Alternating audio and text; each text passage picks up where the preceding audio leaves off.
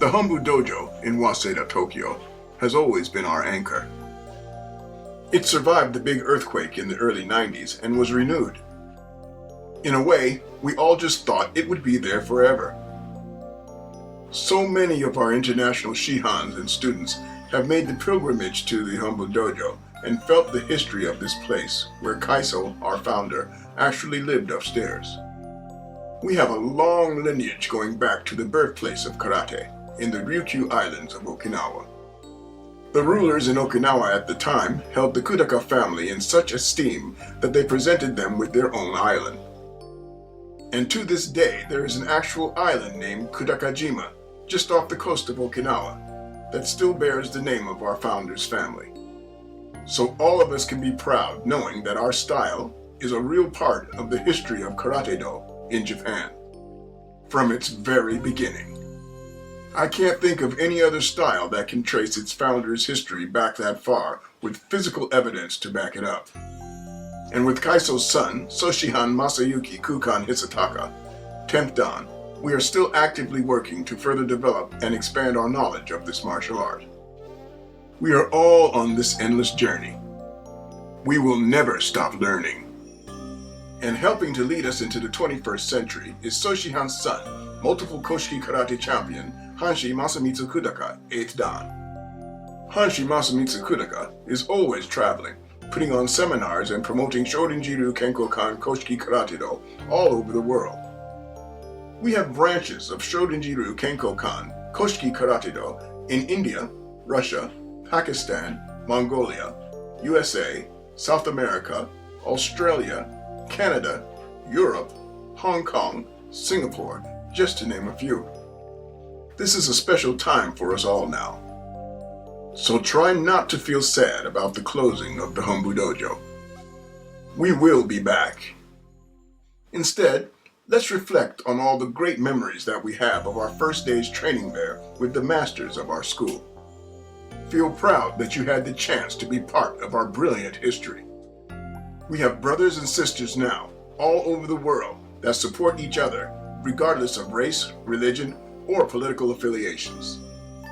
In the dojo, we all speak the same language. Karate-do. If everyone went to a dojo, the world would be a better place for sure. What are your first memories of visiting the Hombu dojo?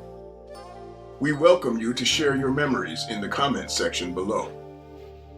For me, I remember entering the Hombu for the first time in 1979.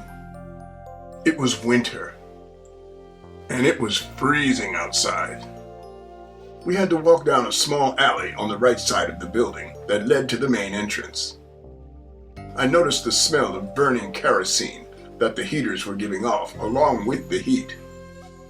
My glasses fogged up right away, and the hardwood floor was cold.